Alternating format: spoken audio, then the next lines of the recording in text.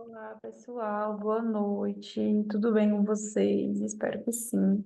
Hoje a gente vai dar início à nossa aula de sistematização de enfermagem. Eu vou compartilhar aqui a aula para vocês.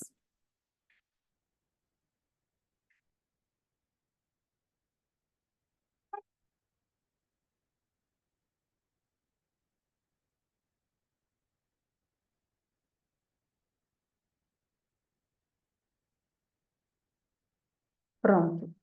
A gente vai falar um pouco sobre a sistematização da assistência de enfermagem e a gente vai começar falando um pouco sobre a regulamentação do COFEN.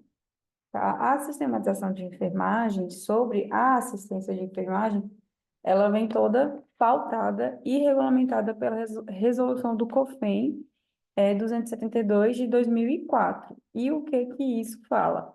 Fala sobre a assistência na enfermagem, e aí vai englobar todos os cuidados que são fornecidos pelos profissionais de enfermagem. Isso daí engloba tanto os enfermeiros quanto os técnicos. A gente está falando de uma equipe multidisciplinar, enfermeiros, técnicos de enfermagem e pacientes em diferentes contextos de saúde.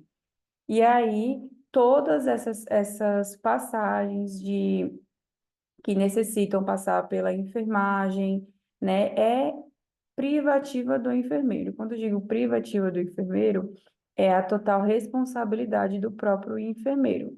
Claro que cada um tem as suas responsabilidades, né? As suas atitudes condiz com suas responsabilidades. Mas a enfermagem em si, o enfermeiro em si, ele é responsável por tudo isso, por pacientes, pela a equipe.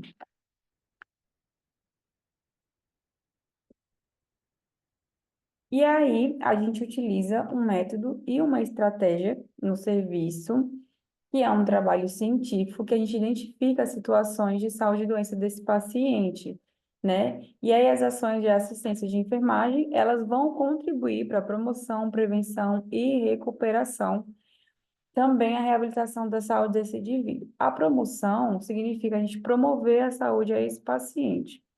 Então, a gente vai fornecer o que aquele paciente necessita. Já a prevenção a gente fala sobre, o nome já diz, né? Prevenir. Então, a gente vai tentar ao máximo prevenir que esse paciente não adoeça, que não ocorra nenhum risco permanente a esse paciente. Então, o que que vai englobar nessa prevenção?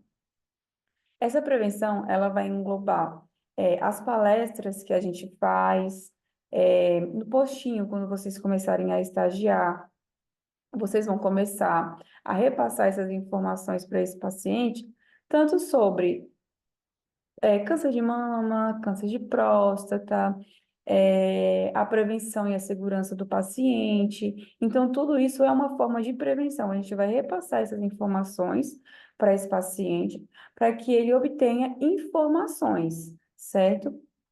E aí, de acordo com essas informações, a gente vai conseguir prevenir esse paciente e, consequentemente, a gente vai recuperá-lo, tá? Que no caso é a sequência: promoção, prevenção, recuperação, e a reabilitação vai ser de acordo com a recuperação desse paciente.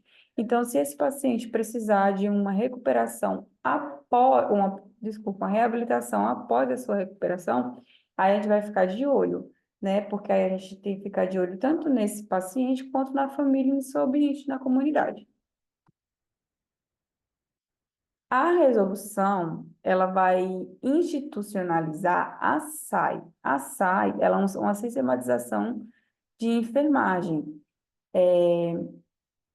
E aí, a gente vai usar essa SAI como uma prática de um processo de trabalho adequado, e a gente vai também tentar encaixar as necessidades da comunidade como um modelo assistencial, e também ele vai ser aplicado em todas as áreas de assistência à saúde pelo enfermeiro, tanto pelo enfermeiro quanto pelo técnico de enfermagem, tá? Então, a SAI, ela é muito utilizada para diagnósticos de enfermagem, sistematização, assistência de enfermagem, tá? A gente utiliza a SAI em todo o nosso ambiente de serviço. E aí a gente precisa da SAI tanto para dar um diagnóstico para esse paciente, tanto para a gente fechar um diagnóstico desse paciente. Claro que quem vai fechar o diagnóstico desse paciente vai ser o médico responsável por ele. Porém, o diagnóstico, a gente também, como enfermeiro, como técnico de enfermagem, a gente fecha um diagnóstico para esse paciente também. E aí vai cobrir privativamente a consulta de enfermagem, e aí, de acordo com essa consulta de enfermagem, também conta com a triagem, né? A triagem, que também algumas triagens são feitas pelo técnico de enfermagem, e aí, nessa triagem, ou então nessa consulta de enfermagem, essa consulta privativa, a gente vai dividir por etapas. Então, uma dessas etapas são o histórico de enfermagem, né? A gente precisa saber o contexto da história, o que foi que aconteceu com esse paciente, por que que ele está lá. A gente precisa fazer o exame físico, e aí, como eu falei para vocês em sala de aula, o exame físico vai envolver temperatura, sinais vitais. A gente vai precisar saber o que o paciente está sentindo, aonde o paciente está sentindo aquele sintoma. E aí a gente fecha uma base de diagnóstico médio de enfermagem. Então, por exemplo, se esse paciente chega na emergência e eu estou lá atendendo a triagem, e esse paciente começa a relatar, olha, eu estou sentindo eh, uma dor muito apertada no peito, que irradia para o braço, uma dor muito grande no estômago, que irradia para as costas, uma dor de cabeça muito forte. Então, esse paciente é hipertenso, a gente vai começar a saber de acordo com o histórico de enfermagem. Então, a gente vai perguntar: esse paciente é hipertenso? Esses sintomas que ele está sentindo se assemelha-se a um infarto agudo do miocárdio? Se sim, a gente vai fechar o nosso breve diagnóstico de enfermagem para que, quando esse paciente chegue na enfermagem na urgência e emergência de fato, ele já esteja com um diagnóstico precoce.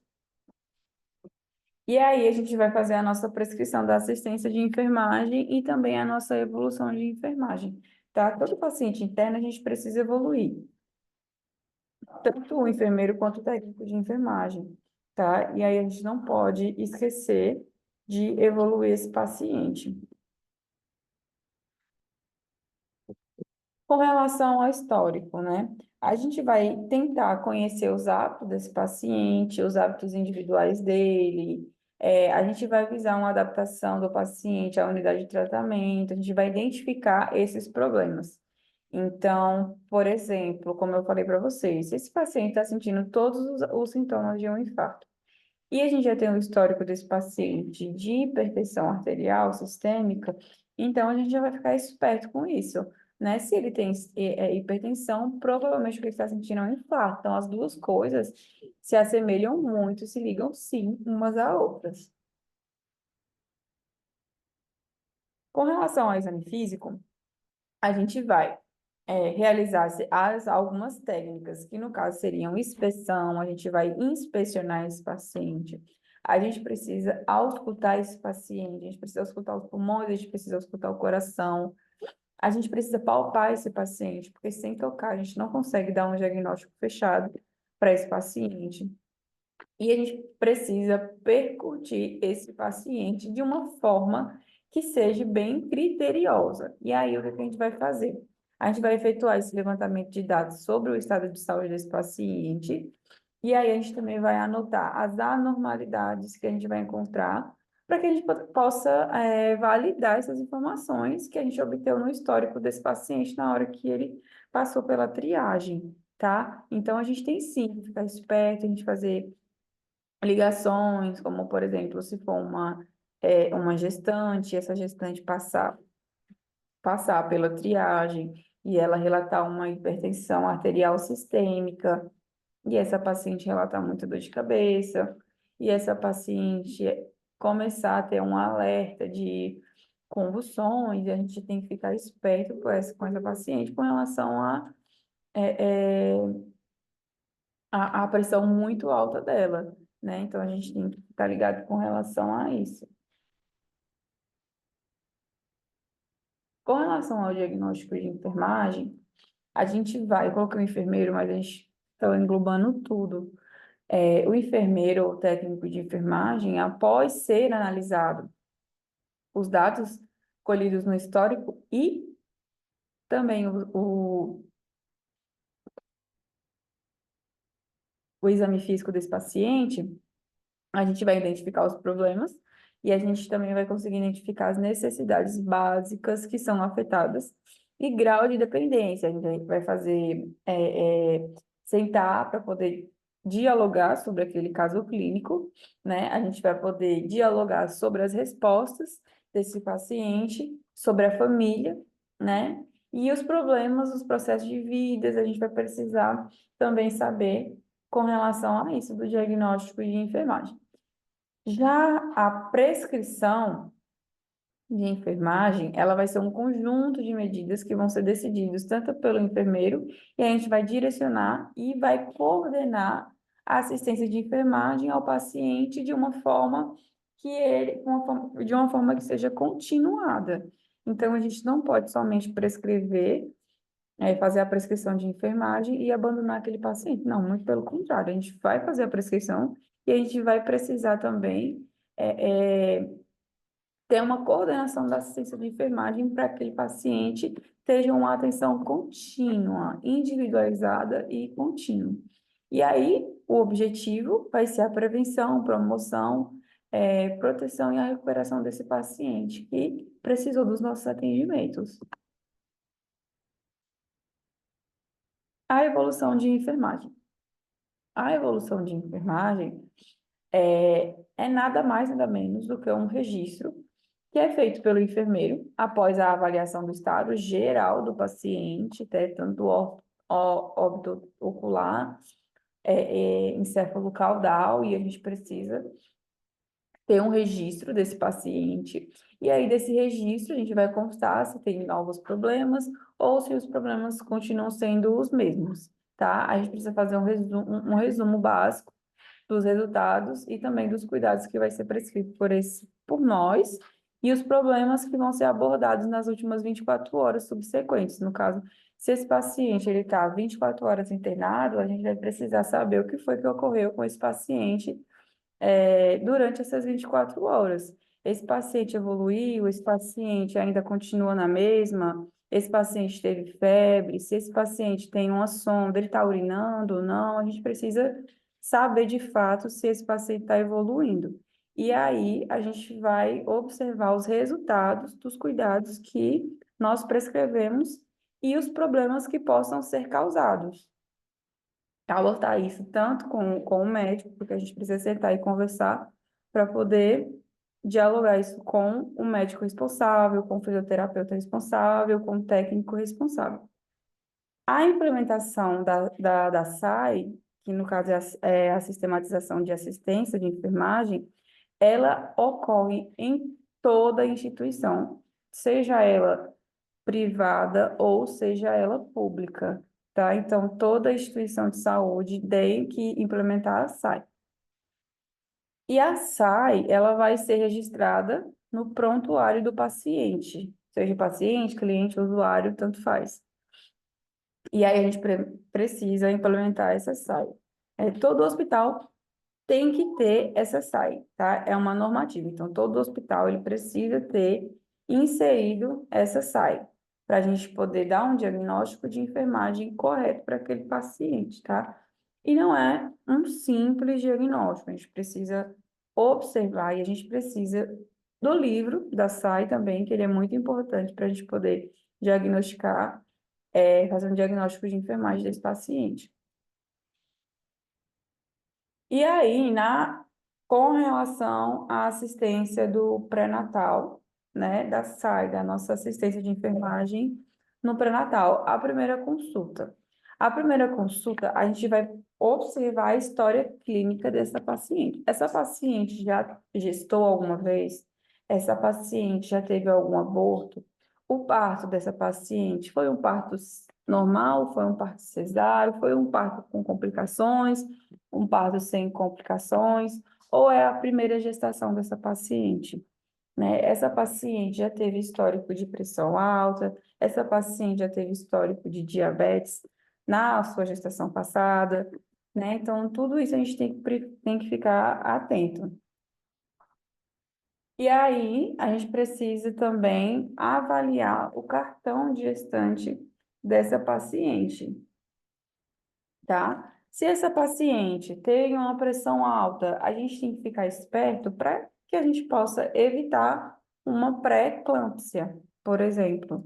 Uma pré-eclâmpsia, a gente precisa observar. E aí, essa paciente chegou para mim, ela tem, vamos supor que ela tem 32 anos de idade, ela já gestou, né? É mãe de segunda viagem, ela já tem um filho e ela tem um histórico de pressão alta durante a gestação anterior dela. Thais, essa gestação que ela está vindo, ela tem que se encaixar numa gestação, num pré-natal de alto risco? Sim, ela tem e deve que se encaixar numa, encaixar nas consultas de pré-natal de alto risco. Por quê?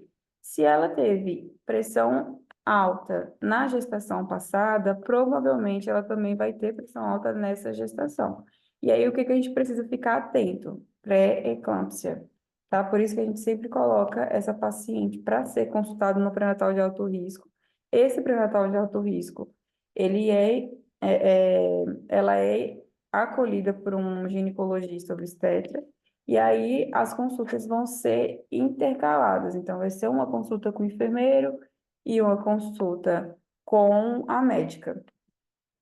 A gente precisa saber da identificação, as coisas mais básicas que tem no cartão da gestante. Então, nome, o número do NIS, é, é, idade, cor, naturalidade, procedência, endereço, unidade de referência, todas essas coisas.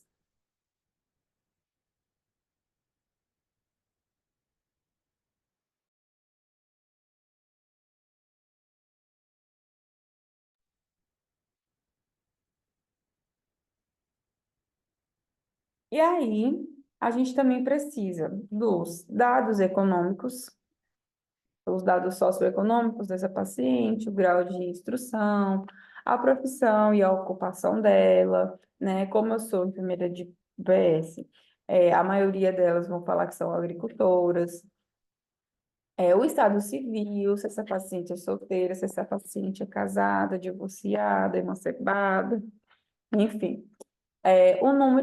O número e idade de dependentes, né? A renda familiar, agora, atualmente, não está pedindo tanto, né? Aí tem as pessoas da família com renda, também não é pedido tanto. As condições de moradia, saneamento básico e distância da residência até a unidade de saúde, a gente precisa saber somente essa última. E as condições de moradia, condições de saneamento básico já não vai ser tão enquadradas assim para o nosso requisito de colocar na caderneta da gestante. Os antecedentes familiares são de suma importância, são muito importantes os antecedentes familiares, porque se essa paciente nunca teve alguma doença, provavelmente ela possa ter no decorrer da sua gestação. Então, a gente precisa ficar atento aos antecedentes familiares. E o que vai incluir, Thaís, nesses antecedentes familiares? Hipertensão arterial, diabetes, mellitus, algumas doenças congênitas, como, por exemplo, o lábio leporino, se teve alguns gêmeos na família, câncer de mama, câncer de colo uterino, hanseníase não é tão colocada assim na caderneta, é só não é tão colocada não, na caderneta. A tuberculose também não, doenças de Chagas também não. A questão do parceiro dessa paciente ser portador de alguma infecção pelo HIV é muito, assim, é uma coisa muito complicada, porque geralmente os parceiros não acompanham a gestante durante o pré-natal, né? E é muito importante essa parceria. Eu gosto, quando eu vou fazer o pré-natal, se o parceiro não acompanha na primeira, ele acompanhar na segunda consulta, porque a gente engloba muitas coisas dentro dessas consultas. A gente faz tanto o teste rápido de HIV, sífilis, hepatite B e hepatite C, tanto da gestante quanto do parceiro. É importante, até porque a gente vai estar cuidando de duas vidas, né? Tanto da vida da gestante quanto da vida do bebê. E aí tem alguns parceiros que realmente não tem muita fidelidade, vamos dizer, às suas parceiras, e acaba que, se tem alguma relação por fora e a gestante não sabe, acaba tendo uma relação com a gestante, isso corre um sério risco também dessa gestante ser alguma portadora de HIV ou então de sífilis. Então, isso é uma coisa que a gente precisa ficar bem atento durante o pré-natal, né? Durante essa assistência de enfermagem. Os antecedentes pessoais são ainda mais importantes do que os antecedentes familiares. Por quê? Vai ser aí que a gente vai identificar. Essa paciente, ela teve hipertensão arterial crônica, ela é hipertensa, né? A aguda geralmente se dá no decorrer da sua gestação. Então, a gente tem que prestar atenção. Diabetes mellitus, também a gente tem que ficar muito ativa com relação a isso. A diabetes mellitus é bem interessante porque a diabetes mellitus, ela faz com que a barriga dessa paciente cresça ainda mais do que é o normal. Por exemplo, eu atendi uma gestante ontem, né? E essa gestante, eu percebi que ela estava com a barriga um pouco maior do que a idade gestacional. Então, como é que a gente faz essa contagem? Quando a gente faz a medição do osso da pubis até o fundo uterino, né? A gente faz essa medição, dá em torno, em média, mais ou menos, compatível com sua idade gestacional. Geralmente, se essa paciente está com 32 semanas, então sua altura de fundo uterina vai estar 32 centímetros. Então, se eu estou com uma paciente, eu faço a medição da altura uterina dela, ela está com 32 semanas, sua altura uterina está 36, 37, a gente precisa ficar esperto. E aí, rapidamente, o que eu fiz? Mandei essa gestante para, encaixei ela para fazer uma ultrassom de urgência. Eu também não comentei, para também não deixar essa paciente preocupada, né? E aí, não comentei sobre isso com ela. Mas, por desencargo de consciência, marquei a ultrassonografia dela. Ela foi fazer essa ultrassonografia hoje e me repassou que ela estava com um líquido a mais, o dobro da quantidade de líquido que é o normal. E aí, um médico pediu para que eu refizesse os exames de sangue, e aí, quando for amanhã, eu vou refazer os exames de sangue dela, mas por isso que é importante a gente ter esse acompanhamento, né? Essas pacientes ter esse acompanhamento com a gente. Porque é a partir do pré-natal que a gente vê os riscos eminentes a essa criança e também a mãe. É uma responsabilidade muito grande. Uma responsabilidade que, se os exames dela, os exames de sangue, não estiverem em dias, né? Como é que a gente vai fazer?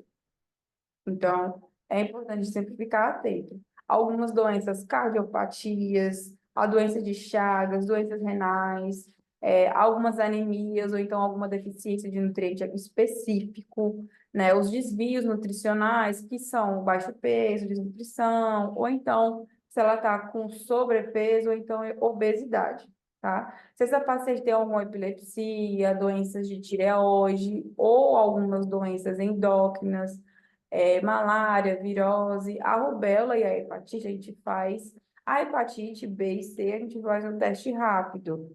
Já a rubéola, a gente já pede nos exames de sangue. Então, a rubéola vem dizendo IgM e IgG. Se der o resultado abaixo do valor de referência, porque vai de consultório para consultório, de laboratório para laboratório, aí a gente coloca não reagente, tá?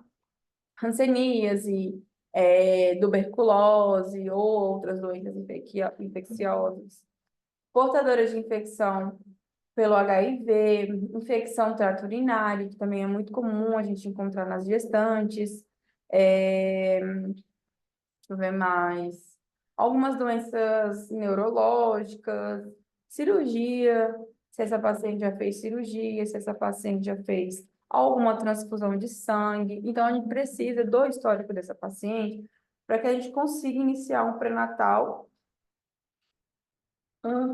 para que a gente consiga iniciar um pré-natal com que a gente tenha essas informações adequadas dessa paciente.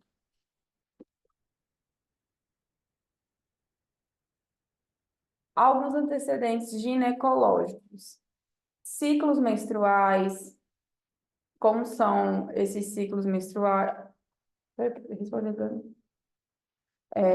Ciclos menstruais, como é a duração desse ciclo menstrual, no caso, como era a menstruação desse ciclo menstrual, o intervalo e a regularidade desse ciclo.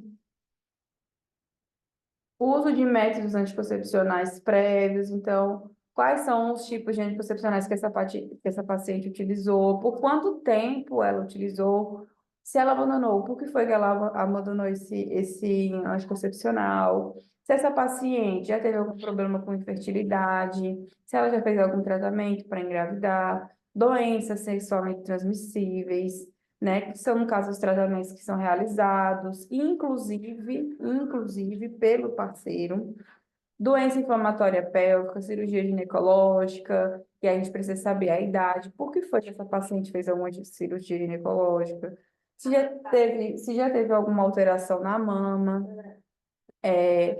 última colpocitopatologia, que no caso é o Papa Nicolau, colpocitologia oncótica, que no caso vai ser o Papa Nicolau preventivo, e aí a gente precisa saber das datas e também dos resultados.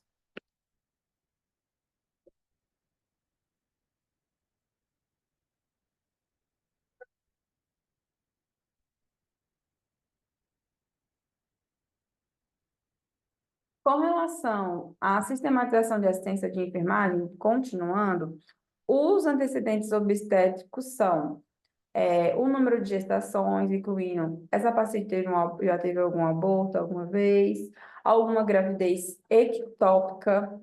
Essa gravidez ectópica é quando o feto ele gesta fora do útero. Então, acaba sendo uma gestação que a gente precisa de um acompanhamento muito mais do ginecologista obstetra quanto do enfermeiro do PSF. Thais, corre um risco desse bebê conseguir gerar, né, dessa mãe conseguir gerar esse bebê até o final? Corre, acontece, mas é muito raro, é muito difícil.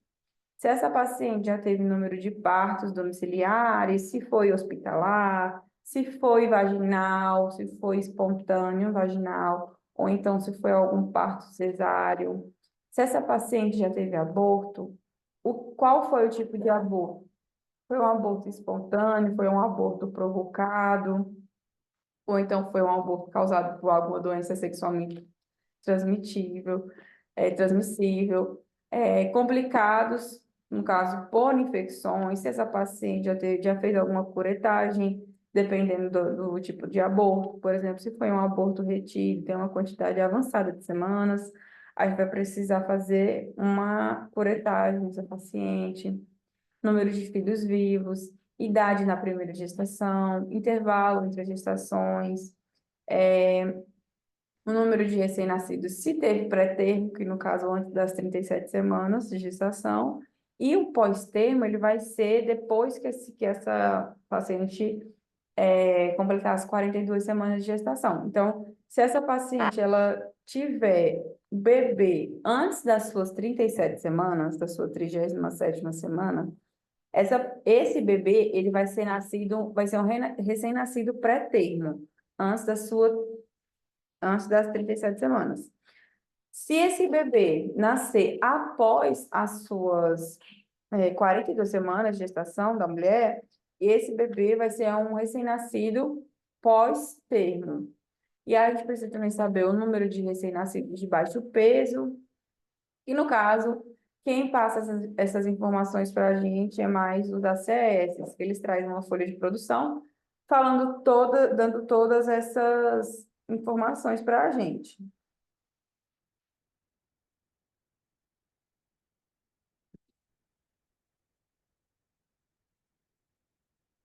Antecedentes obstétricos, continuando, né?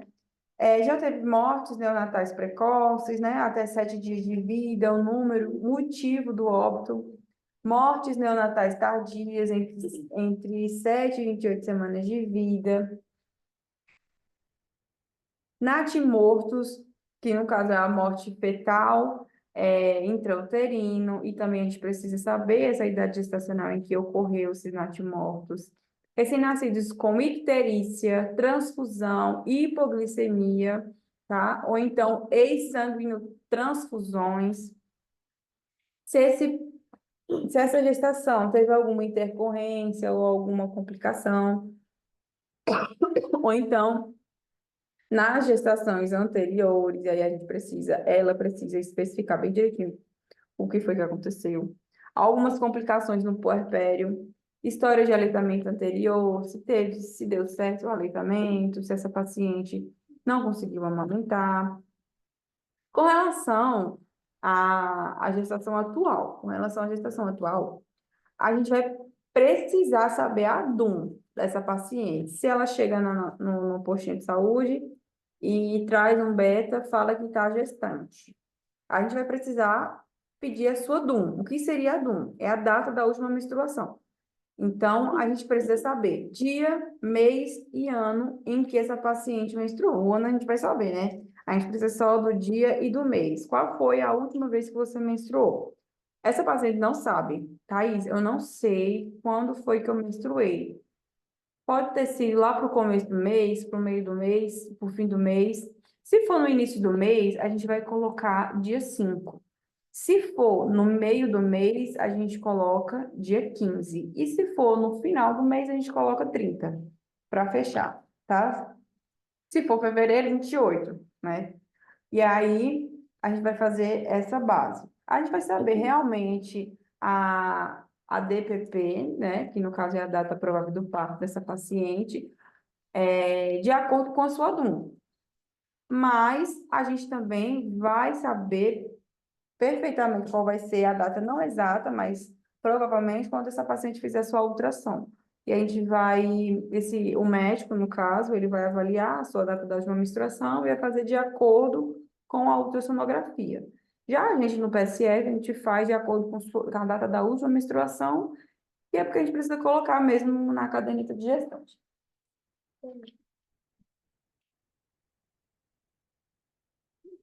Eu pergunto para mim, falou que quando você terminar, ele falou que eu Tá. não sei falar muito não, É a minha aqui, não terminar. mas Tá bom. é, Peso prévio também e a altura. A gente precisa de sinais e sintomas na gestação, hábitos alimentares, medicamentos usados na gestação, internação durante a gestação, alguns hábitos dessa paciente, ela fuma cigarro, ela ingere álcool, usa drogas ilícitas, ocupação habitual, se ela tem muito esforço, se ela tem exposição a agentes químicos, físicos potencialmente nocivos, e se ela tem alguma passagem de estresse. Então, na verdade, todo mundo tem, né? Aceitação, se essa mulher já teve esse filho, foi planejado ou não foi planejado. Identificar gestantes com fraca rede de suporte social, que principalmente em sítio, né, gente? Acontece muito das gestantes ter uma rede de apoio muito fraca. O exame físico, no geral, a gente vai precisar saber a determinação do peso e da altura, medida da pressão arterial, inspeção da pele, da mucosa, palpação da tireoide de todo o pescoço, ausculta cardiopulmonar, exame do abdômen, exame dos membros inferiores e pesquisa de edema. E para o gineco, no caso, vai fazer os exames clínicos de mama durante a gestação e a amamentação. A gente também pode identificar algumas alterações, e aí, de acordo com essas alterações, cada alteração específica, a gente vai ter uma conduta específica. Palpação obstétrica, e principalmente a do terceiro trimestre, que vai ser A, a palpação obstétrica no terceiro trimestre, né, que vai ser onde essa gestante vai estar já na sua fase final da gestação, identificação da situação da apresentação fetal, medida de altura uterina, ausculta dos batimentos cardíacos fetais, consonar, né, e após as 12 semanas. No caso, a gente só consegue auscultar com 12 semanas, tá? E o estetoscópio de Pinat também após 20 semanas. Inspeção genitais externos e ver se, ao examinar, especular o toque vaginal, que na verdade não é muito realizado, né? Nessa parte, a não ser que a paciente tenha uma queixa. Diagnósticos de enfermagem, a gente vai ter ele de acordo com o NANDA, né? De acordo com o NANDA, e a gente vai identificar o diagnóstico de enfermagem. Prescrição da assistência de enfermagem e a evolução.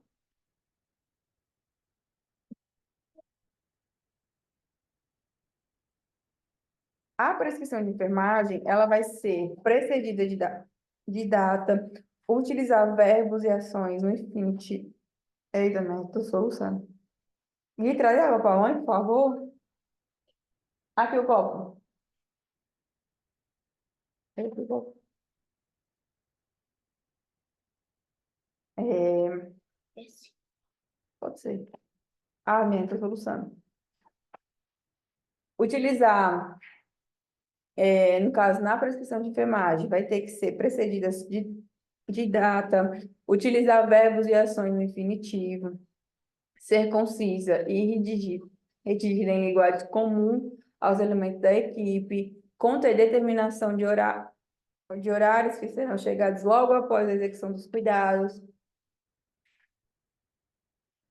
ser elaborada diariamente por um período de 24 horas, mesmo que os cuidados a serem prescritos sejam iguais ao do anterior, e ser reavaliada ou então modificada de acordo com as condições do paciente. A gente precisa especificar os cuidados em ordem cronológica de execução conforme as prioridades estabelecidas, conter os cuidados de rotina estabelecidos pela instituição, apenas quando os membros, ou os membros, lá vai, quando os mesmos irão. Tô agoniada com esse soluço. Apenas quando os mesmos irão influir no cronograma da prestação de cuidados.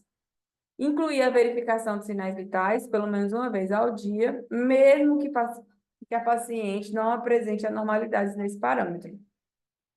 Obrigada, mãe. Vai com Deus. Tchau.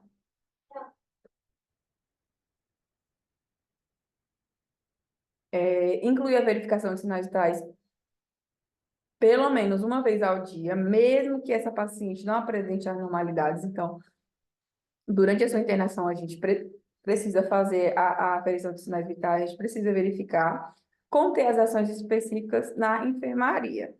E aí a gente também vai precisar especificar os cuidados inerentes à determinação de exames, medicações, na vigência de problemas identificados, excluir as ações que o paciente possa fazer sozinho, sem necessidade de acompanhamento, orientação, supervisão de enfermagem, excluir dados que são inerentes a procedimentos técnicos de enfermagem. E, a, e aí, a gente, de acordo com Campadelli e et al., 1989, o número de prescrições por enfermeiro, ele varia conforme o nível de complexidade de assistência aos pacientes, sendo em torno de 5 a 10 o número de prescrições previstas para um período de 6 horas. Então, as suas prescrições, elas são determinadas, né, de acordo com o nível de complexidade. de complexidade da assistência aos pacientes. Eu tô agoniada, toda hora solucionando. Vale, ui, vale Jesus. E para encerrar, a evolução de enfermagem, que no caso vai ser o registro feito pelo enfermeiro após a avaliação do estado geral do paciente. Esse registro ele deve constatar os problemas que são identificados, problemas novos que são identificados. Um resumo sucinto dos resultados dos cuidados prescritos e os problemas a serem abordados nas 24 horas subsequentes. Então, a paciente hoje, quando ela ganha neném, ela fica 24 horas subsequentes de internamento. Então, a gente precisa avaliar se essa paciente ela está tendo algum problema, se ela está tendo resultados ou se ela permanece na mesma. Ela está evoluindo, ela está regredindo, como é que essa paciente está ficando ali durante sua internação. Então, é muito interessante os técnicos que ficam ali, vigentes 24 horas com essa paciente, observar se os problemas, se está tendo problemas, se está tendo condições, né? Se está tendo alguma resolução para essa paciente.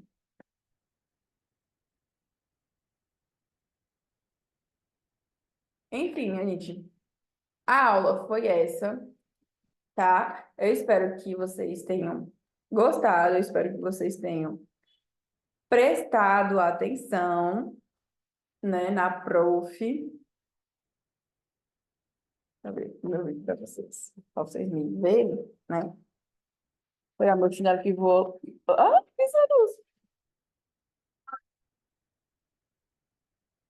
Enfim, eu espero que vocês tenham gostado, né, da nossa aula, da nossa aulinha, tá? Eu sei que as aulas online são muito chatas. Eu sei que as aulas online deixam a gente com sono, né? Eu sei tudo isso, porque eu já fui aluna. Ai, ainda sou, eu tô soluçando, não é brincadeira, não. Mas, enfim, é,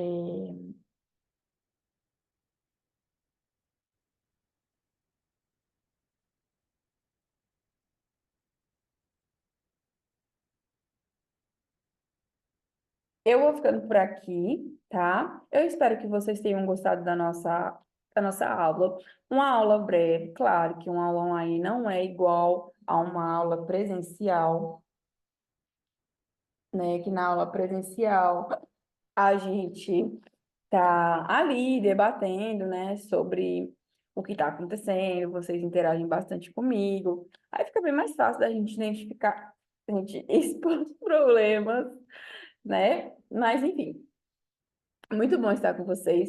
Um grande beijo. Eu espero vocês amanhã de novo, sem soluço, tá bom? E um cheiro para vocês. Até mais.